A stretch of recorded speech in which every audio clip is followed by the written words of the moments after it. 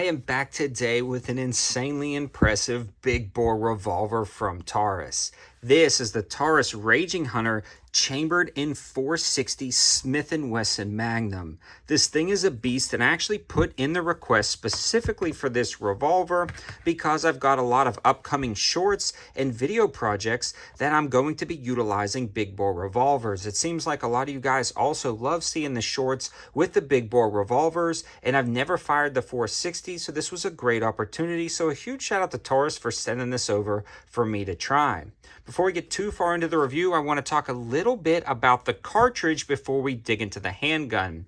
Now, the 460 Smith & Wesson Magnum, I believe, was introduced as a competitor to the 500 Smith & Wesson Magnum for a few different reasons. One being some states actually limit 50 caliber rounds. Now, this also is a slightly longer case design than the 500, but the diameter is going to be slightly smaller. But for all intensive purposes, these cartridges are going to be doing the same thing. If you needed a 500 Smith & Wesson Magnum for some type of hunting application, the 460 should do just fine, and vice versa depending on what you get. But I did notice the felt recoil impulse with the 460 was definitely more controllable than the 500 Smith & Wesson Magnum, making it a more practical cartridge for actual hunting applications, in my opinion. Now, if you just want to blast water jugs and crazy cool things down at the range, both are going to do good, and the 460 will suffice. Now, the other cool thing about the 460 is I found that it's just a touch more affordable depending on where you get it. I actually bought mine from Target Sports USA,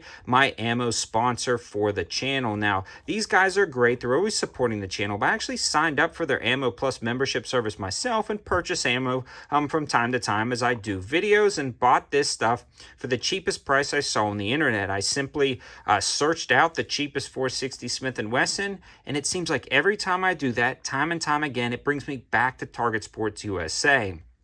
They are not just a sponsor of the channel, they are more than that. They're something I truly rely on to find hard to find ammo at affordable prices. If you sign up for their Ammo Plus membership, you get 8% off and free shipping. But let's start talking about the review of this gun, and we'll talk about the purposes of a massive revolver like this. And we've already mentioned a water jug blaster, just bringing this down to the range and having fun with something that is crazy awesome.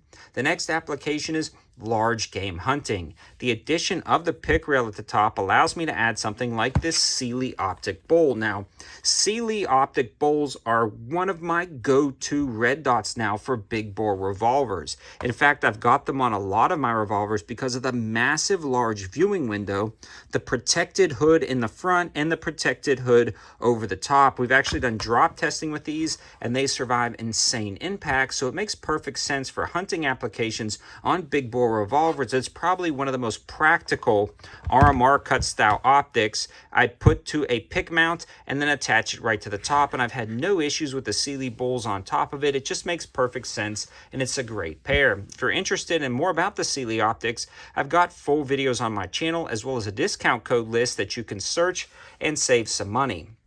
Now, when it comes to that pick rail, it's pretty cool because it's incredibly long, so you can shift that optic exactly where you need to. I would, though, hesitate putting it close to the ports on the front, and that's what we're going to go with next, starting with the front and working our way to the back.